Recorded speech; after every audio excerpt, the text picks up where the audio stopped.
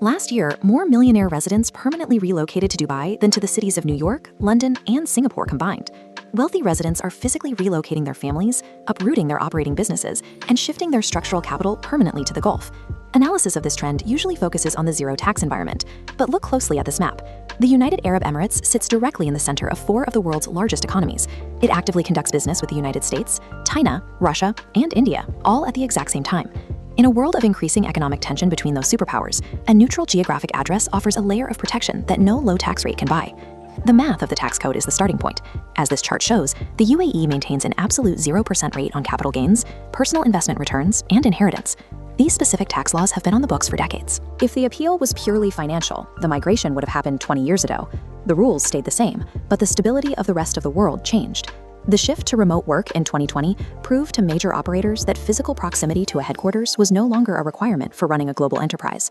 Then, in 2022, the United States froze roughly $300 billion in Russian sovereign reserves.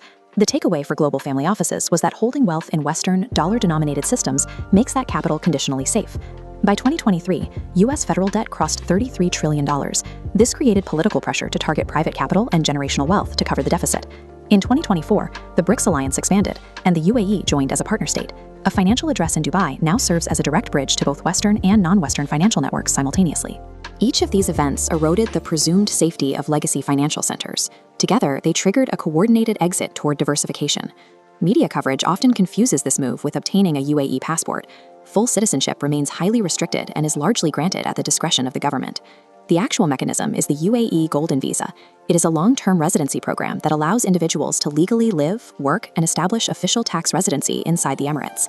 Once you secure that tax residency, your global investment income is assessed under local law. Because the UAE does not have controlled foreign corporation rules, business owners can route international earnings through this setup, where it clears at the 0% rate. Accessing this residency pathway requires an investment of approximately $545,000 US into local real estate.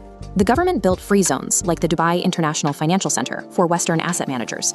Operating on English common law, relocating hedge funds keep their legal structures nearly identical to those in London or New York. The government provided a frictionless, legally familiar, plug-and-play jurisdiction.